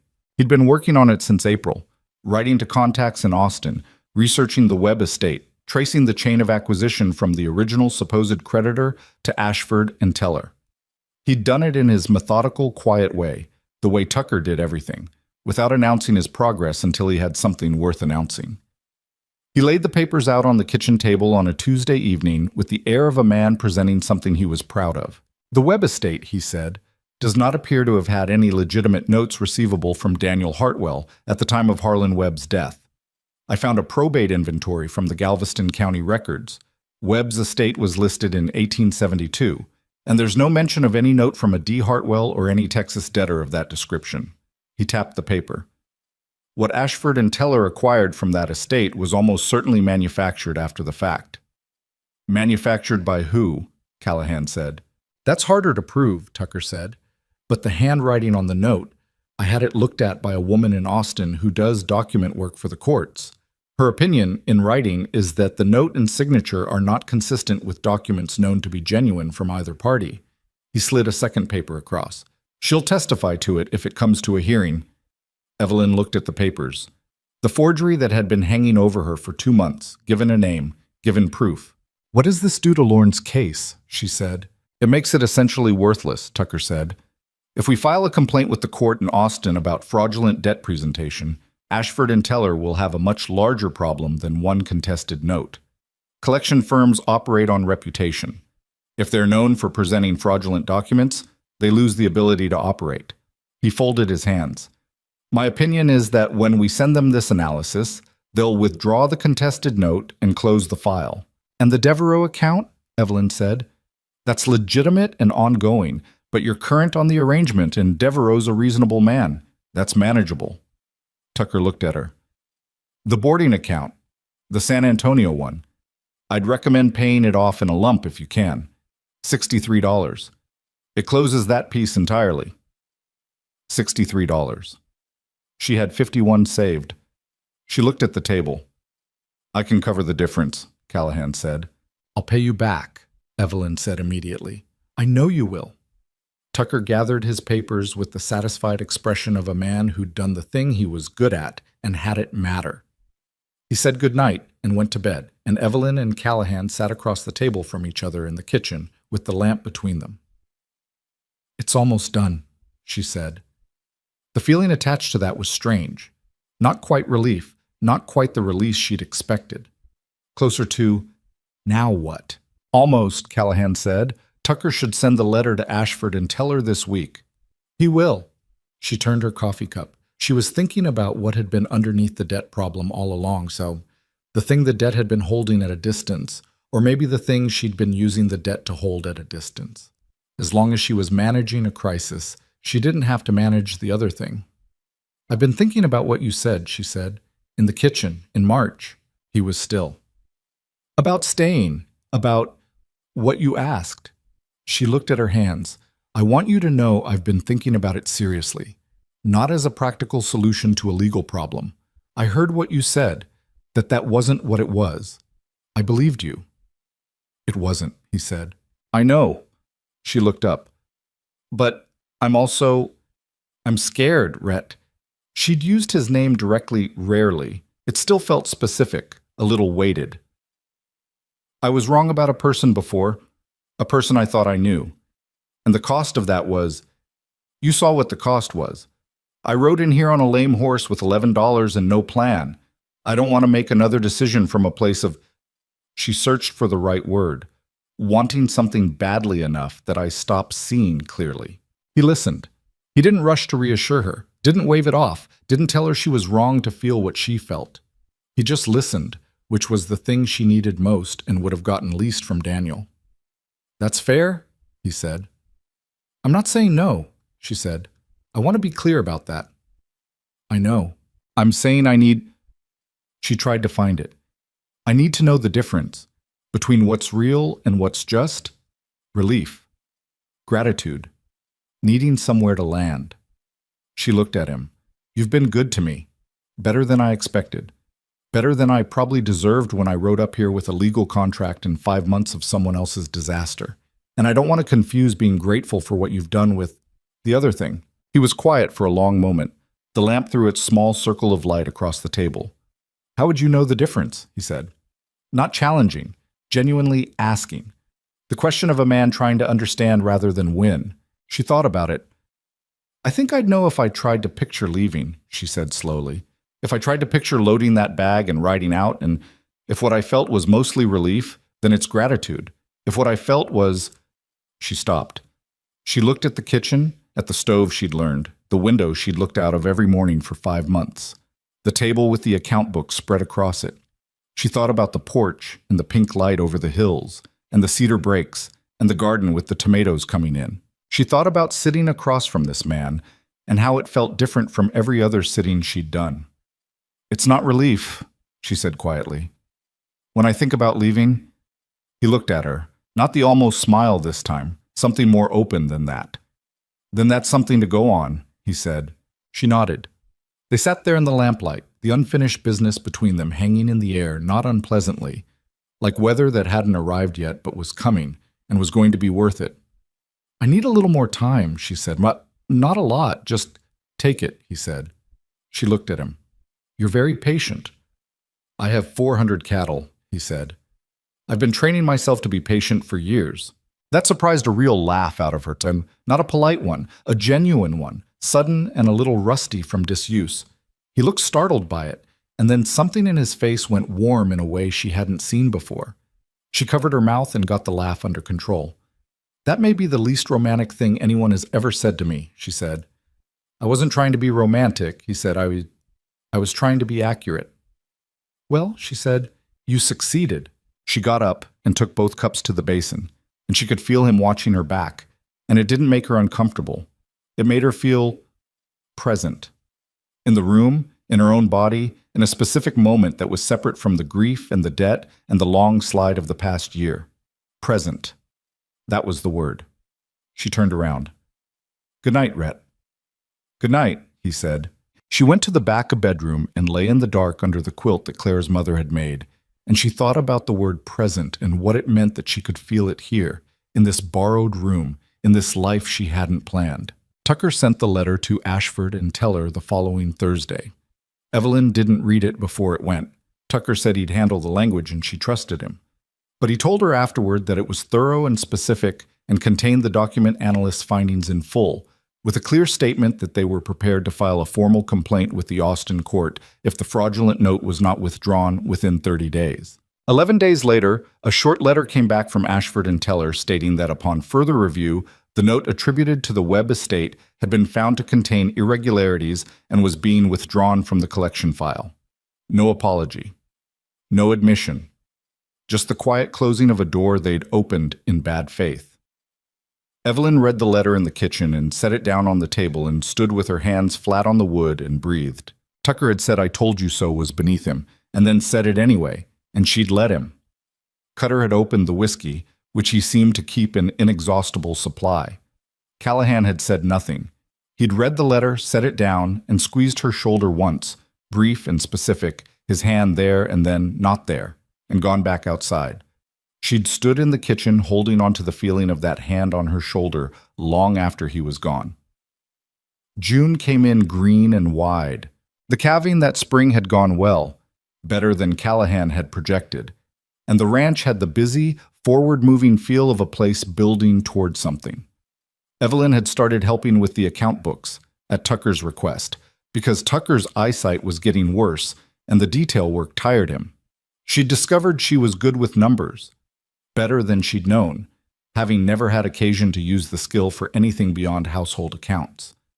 She and Tucker worked at the kitchen table in the evenings, the books spread between them, and she'd started to understand the ranch not just as a place she worked, but as an enterprise with a shape to it. One evening in late June, she was going through the ledger when she found the entry from 2 years ago, dated in the spring of 1872. Loan, D. Hartwell, $700. She sat with it. Below it, in different ink, added later, a single word, forgiven. She looked at that word for a long time. Callahan had written it in before he'd ever met her, before she'd ridden up to his gate with her lame horse and her legal contract and her $11. He'd already decided to forgive it. She closed the ledger. She sat in the kitchen with the evening light coming in through the window, and she felt something move in her chest that she recognized now. Not the grief, not the anger, not the gratitude. The other thing. The one she'd been checking against itself for months, testing its weight to see if it was real. It was real. She knew it the way she'd said she would know it. Not because it was convenient, not because she was out of options, not because she was grateful or afraid or needed somewhere to land.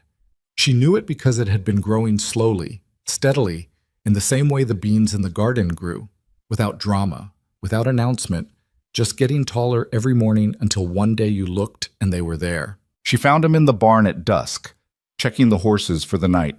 The barn had the familiar smell of it, hay and leather, and the particular warmth of large animals. She stood in the door. He turned when he heard her. She said, "I know the difference now." He went still. "I've been thinking about leaving the way I said I would. I've been trying to picture it clearly, and what I feel is not relief. Not close to relief." She looked at him across the length of the barn. "I feel like I'd be leaving something I want." He put down what he was holding. He walked toward her with the unhurried ease of a man on his own ground and stopped a few feet from her. "That was what you needed to know?" he said. "Yes." He looked at her. "And now you know it." "Yes. So what do you want to do with it?" She had thought about how this conversation would go, and now that it was happening, she found that she didn't want to manage it. She was tired of managing things. "I want to say yes," she said, "to what you asked, if it's still on offer." He looked at her for a moment, just looked at her, not hurried, not performing anything. Then he said, "It's still on offer." She breathed out. She hadn't realized she'd been holding her breath. "I'm not going to be easy," she said, because she needed to be honest and because she was constitutionally incapable of letting important moments be completely clean. "I'm still working on the Daniel situation, the anger. I don't sleep well sometimes. I have opinions about the account books that Tucker says are unnecessary." "Tucker says a lot of things," Callahan said. "I'm serious." "I know you are." Something in his face had gone warm again, the way it had in the kitchen the night she'd laughed. "You think I've been living with you for 6 months and I don't know who you are?" She looked at him. "And?" "And I asked you anyway," he said. It was quiet in the barn. Outside, the last light was going off the hills. One of the horses shifted, settled. Evelyn Hartwell stood in the door of the barn and looked at Rhett Callahan and felt, in spite of everything that had led here, in spite of Daniel and the debts and the forged signature and Gareth Lorne and 7 months of being terrified and angry and slowly, stubbornly putting herself back together, felt something that was not complicated, just clear. "All right," she said, and she meant it all the way down. He crossed the last few feet between them, and she didn't move away. And he put one hand against her face the way you touch something you were careful about. And they stood there in the barn door with the evening settling around the crosshatch and the cattle moving somewhere in the dark pasture below, and the cedar brakes going black against the last of the sky. It wasn't smooth. His thumb caught in her hair. She put her hand against his chest and felt his heart going hard under her palm, which meant he was not as calm as he looked, which made her feel better about the fact that she was not calm at all. "We should tell Tucker," she said, against his shoulder. "Tucker already knows," Callahan said. She pulled back slightly. "How does Tucker already know?" "Because Tucker knows everything that happens in this house approximately 48 hours before it happens," Callahan said. "It's how he is." She thought about Tucker at the kitchen table with his books, and his careful expression, and his habit of being elsewhere when he wasn't needed. He's going to be insufferable about it. Probably. Cutter's going to open the whiskey again. Definitely. She laughed, and he laughed too. A real laugh, low and surprised, as if he hadn't expected it to come out. And they stood in the barn door in the dark and laughed together at nothing in particular, which was its own kind of answer to everything. Tucker was, as predicted, insufferable about it. He found out the next morning, not because anyone told him, but because he came to breakfast and looked at the two of them across the kitchen table and said, with the satisfied precision of a man whose calculations had proven correct, "Well, it's about time." Then he poured his coffee and opened his ledger and said nothing else about it, which was somehow worse than if he'd made a speech. Cutter opened the whiskey before noon. He said it was for a sore throat. Nobody argued the point. The weeks that followed had a quality Evelyn hadn't expected. Not the clean, uncomplicated happiness of stories she'd grown up hearing, where things resolved and then stayed resolved, but something messier and more actual. There were good mornings, and there were mornings when she woke up at 3 in the dark with her chest tight and her mind running over Daniel's ledger of failures, all the ways she'd missed what was right in front of her face, and she'd lie there working through it until the feeling passed. It always passed, but it always came back too. And she'd stopped pretending it wouldn't. Callahan knew. She hadn't told him in detail, but he had the particular attentiveness of someone who watched people closely without making a performance of it, and sometimes she'd come to breakfast after a bad night and find that he'd already made the coffee and left it hot on the stove and gone outside without requiring anything from her. No questions, no worried hovering, just the coffee and the space to be whatever she was that morning. It was, she thought, the most practical form of tenderness she'd ever encountered. She told Agnes about the engagement on a Wednesday in early July, over coffee at Agnes's kitchen table. She wasn't sure what she'd expected. Excitement, maybe, or the particular kind of knowing warmth that older women sometimes produced when younger women told them things. Agnes looked at her for a moment and then said, "Are you scared?" "Yes," Evelyn said. "Good," Agnes said. "That means you understand what it costs." Evelyn looked at her. "That's not particularly reassuring." It wasn't meant to be reassuring, it was meant to be true. Agnes refilled both cups. "I was terrified when I married Gerald. I thought, what if I'm wrong about him? What if I don't know him as well as I think? What if I'm making a decision that's really just fear wearing the costume of love?" She set the pot down. "You know what I found out?" "What?" "That the fear doesn't go away when you decide. It just changes shape." She looked at Evelyn. "The question isn't whether you're scared. The question is whether what you're walking toward is worth being scared for." Evelyn sat with that.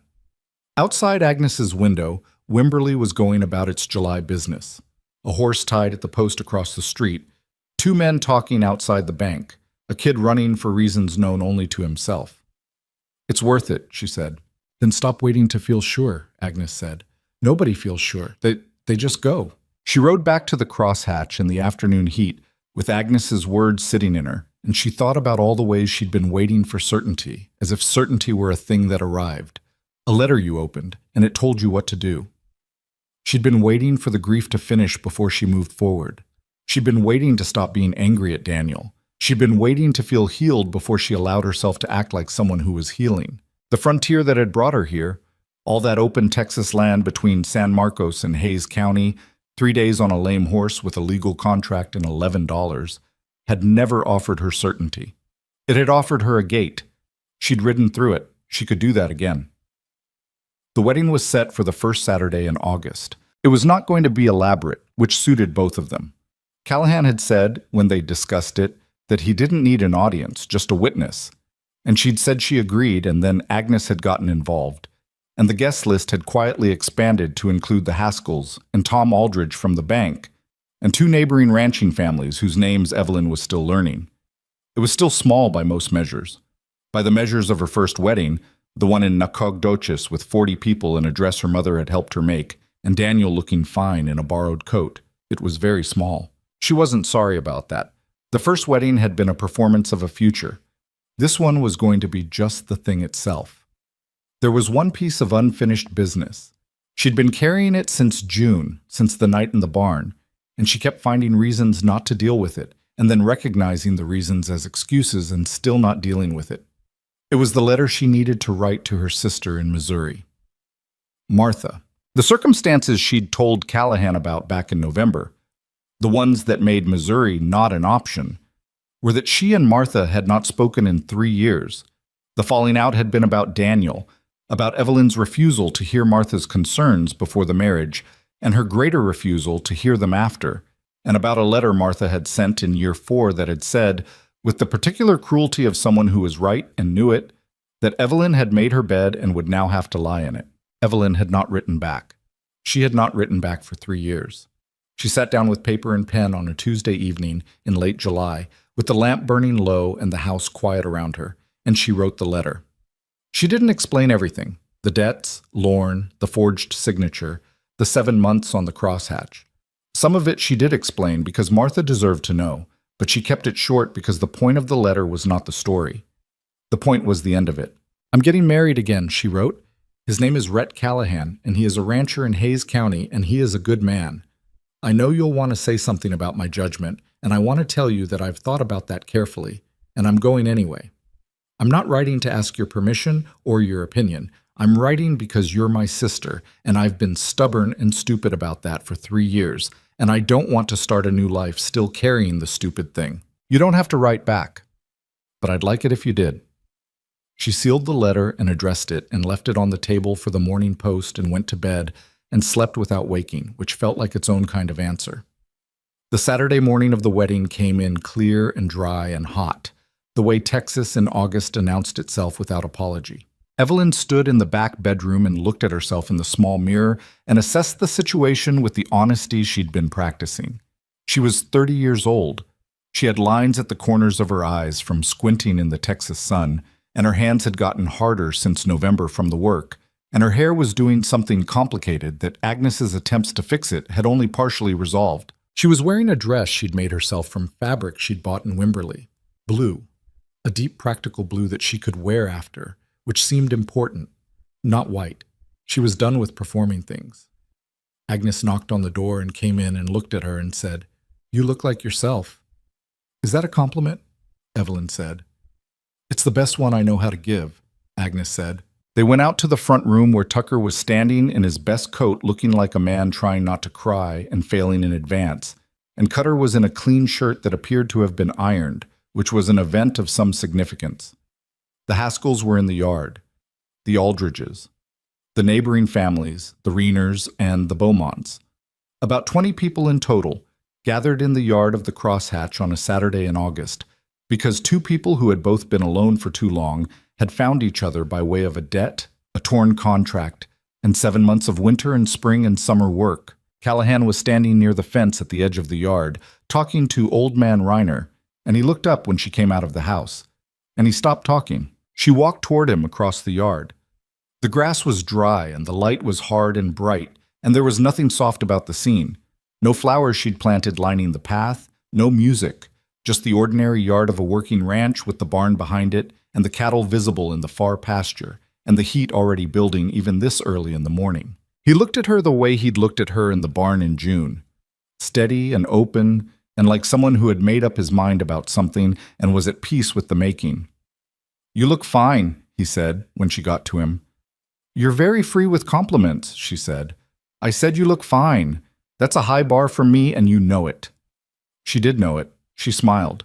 They stood in front of the justice of the peace, a compact, serious man named Briggs, who did this on weekends and seemed to understand that people didn't want it drawn out. And they said the words. The traditional ones, the simple ones, the ones that had been said 1,000 times in 1,000 yards, and still managed to mean something specific when it was your turn to say them, to have and to hold, to love and to cherish. She said them and meant them and felt the fear Agnes had talked about, present, real, the understanding of what it cost, and said them anyway. She went.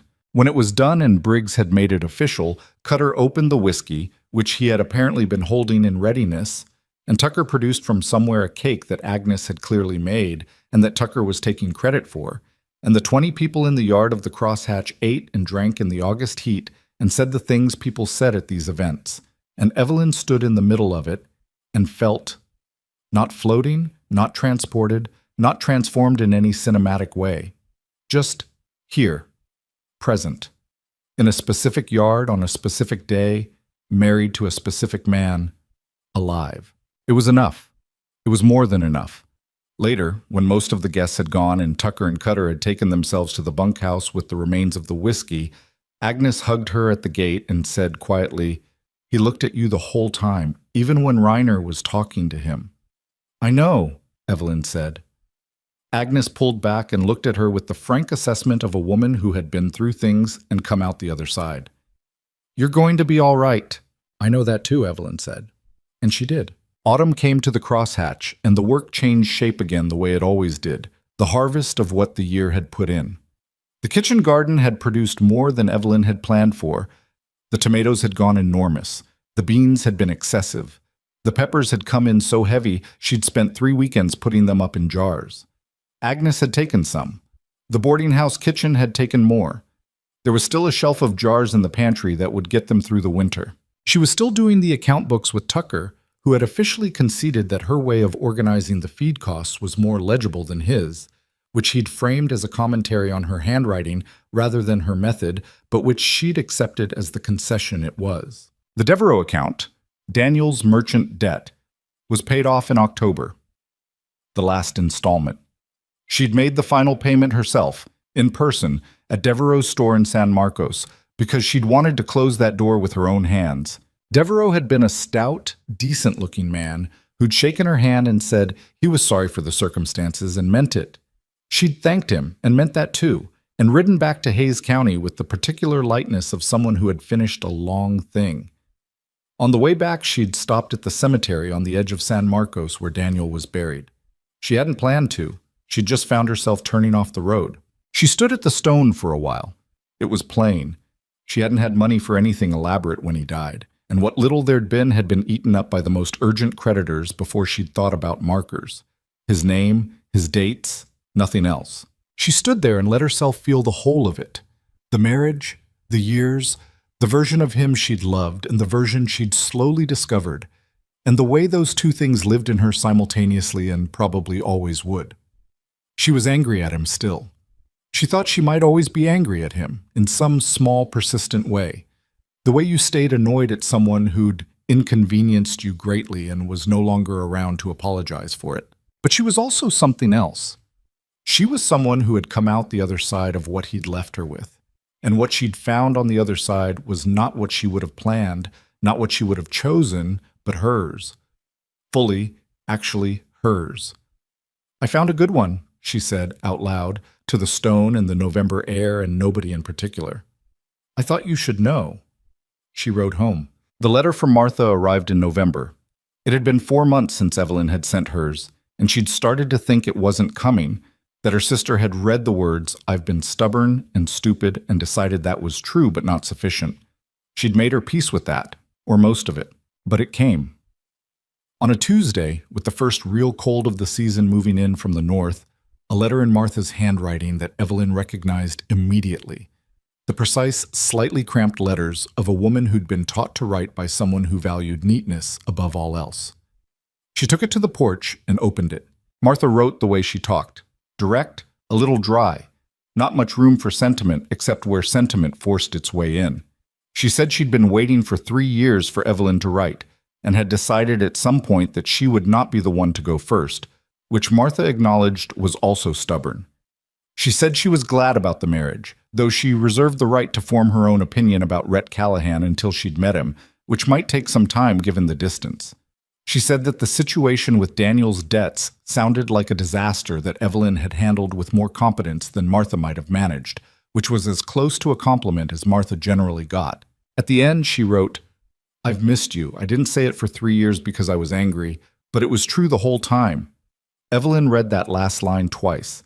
Then she folded the letter and held it in her lap and looked at the hills to the west, going brown with November, and felt something loosen in her chest that she hadn't realized was still tight.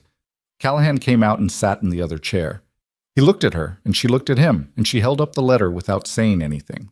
"Martha," he said. He knew the outline of the story. "Martha," she said. He nodded. He didn't make it into more than it was. He just sat with her in the November cold while she finished the feeling. And that was the right thing. And he knew it was the right thing. And this, she thought, sitting there, this was what she'd been checking against itself all those months. This specific, unheroic, uncomplicated rightness. She wrote back to Martha that evening. She described the ranch, the limestone house, the 400 cattle, the kitchen garden that was now put to bed for winter. She described Callahan in the way you describe someone you'd watched closely for a year. Not his looks, not a list of qualities, but specific things. The way he went still when he was thinking. The almost smile. The fact that he'd forgiven Daniel's debt before she ever arrived and written forgiven in the ledger and said nothing about it. He is not a simple man, she wrote, but he is a clear one. You know where you stand. After everything, I've decided that's what I needed. Winter came in earnest in December. The crosshatch hunkered under it the way the limestone house had always hunkered. Thick walls holding the warmth, the cattle in the sheltered pastures, the work going on because work on a ranch went on regardless of the season. They'd taken on 2 new hands in October. Brothers named Voss, young and capable and slightly in awe of Cutter in a way that Cutter managed not to find flattering, mostly unsuccessfully. The bunkhouse was fuller than it had been in years. The kitchen in the mornings had acquired the particular organized chaos of feeding 6 people at different times, and Evelyn had solved it by making a larger pot of everything and setting it where people could serve themselves, which Tucker had initially objected to on grounds of propriety, and had then quietly stopped objecting to when he noticed it worked. On a cold evening in late December, Evelyn was at the kitchen table with the account books when she found herself writing the final entry for the year. The numbers told the story plainly, the way numbers did. The calving returns, the feed costs, the wages, the sale price per head at the fall market. Tucker had told her it was the best the ranch had done in 3 years, and she'd looked at the numbers and seen that it was. Not because of anything she'd done particularly. The cattle were Callahan's cattle. The land was his land. The years of work were his years. But she was part of it now. Her name was in the account. Her handwriting was in the ledger. She put the pen down and looked at the kitchen, the fire in the stove, the jars of peppers on the shelf, the coat Callahan had left on the hook by the back door, which was too close to her coat, which was also on the hook. And she kept meaning to say something about the hooks, but never did because it didn't actually bother her. She thought about the woman who had ridden up to this gate 13 months ago. 30 years old, broke, newly widowed, holding a legal contract that was supposed to define the next 3 years of her life. She had been so certain that the crosshatch was a prison she was riding toward. She had prepared herself for captivity. What she'd found instead was not a rescue. She was clear-eyed enough to resist that framing because nobody had rescued her. She had paid the debts she could pay. She had fought the ones she didn't owe. She had done the work, made the food, planted the garden, argued with Tucker about the ledger, ridden the south pasture with Cutter through sleet in February because the cattle needed moving, and she'd said she could ride and she was going to mean it. She'd built this as much as it was built, alongside Callahan, alongside Cutter and Tucker, alongside the slow work of her own interior that never finished, probably, but got somewhere day by day. That was what nobody told you about the hard years. Not that they ended, though sometimes they did, but that you changed inside them. That you found out what you were made of, not because you wanted to, but because the circumstances stopped giving you the option of not finding out. That the woman who came out the other side was not the same woman who went in, and that this was not a tragedy but a fact, and what you did with the fact was the story. Evelyn Hartwell, Evelyn Callahan.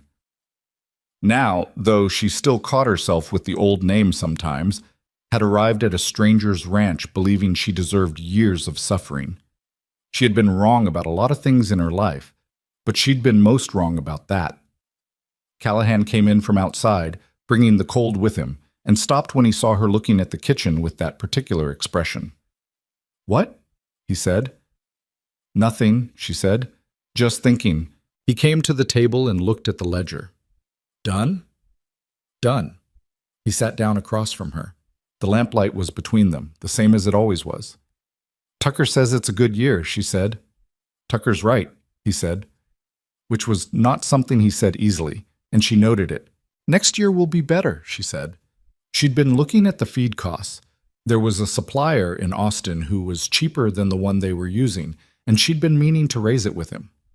I found something in the accounts that I want to talk to you about. He looked at the ledger, then at her. Now? It can wait until morning. He looked at her with something that had gotten easier between them over the year. The warmth that used to be careful, that had learned it didn't have to be careful anymore. Then it can wait, he said. Outside the window, the December darkness had settled over the crosshatch. The cattle were in from the cold. The cedar brakes were still. The limestone house held its warmth against the season the way it had held it for years, built for exactly this. For people inside it, for a fire burning, for the long, patient work of making a life in a hard place. There were things still unfinished. There would always be things unfinished.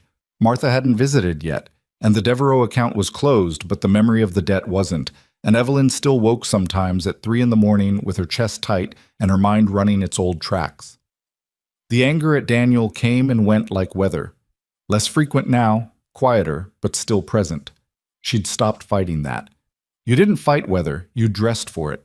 But here's what she understood now, sitting at the kitchen table of the crosshatch, with the account books closed, and the lamplight steady, and the man across from her who had torn up a contract the day she arrived, and never once asked her to be grateful for it. Freedom was not a destination. It was not the moment the debts were paid, or the collection firm withdrew, or the letter came back from your estranged sister, or the judge's name stopped making you flinch. Freedom was a practice. It was the daily decision to stay in the room with your own life, the hard parts and the good parts both, without running from one and grasping too hard at the other. She had come to this county in chains she thought were legal.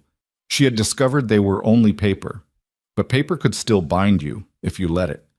The real chains were the ones inside, the ones made of other people's failures that you wore as your own, the ones made of grief you'd decided was permanent, the ones made of the story that you'd told yourself too many times until it felt true. I should have known. I should have seen. I am the kind of woman who gets this wrong. She had been wrong about some things. She would be wrong about things again. That was not the end of the story. That was the condition of being in one. Callahan reached across the table and turned the lamp down slightly, the way he did when they were going to stay a while longer. No reason except that the lower light was easier. She looked at him and he looked at her, and the crosshatch held them in the quiet of December with everything it had built up around them over a year. The work and the arguments about ledgers, and the bad nights, and the good ones, the garden and the cattle, and the whiskey cutter opened too often, and the cake Tucker pretended to make, Agnes's voice saying nobody feels sure, they just go, the 4 pieces of a torn contract on a barn floor that had started all of it. All of it hers now. Not because it had always been, but because she'd stayed, because she'd worked and fought and planted things, and opened the account book and written the letters, and stood in the barn in the June dusk and said, I want to say yes. Outside, the Texas winter settled down long and wide and patient over the hills. Inside, the lamp burned low, and Evelyn Callahan stayed at the table with her husband and let the year close around her like a door she'd walked through by choice, eyes open, and didn't look back.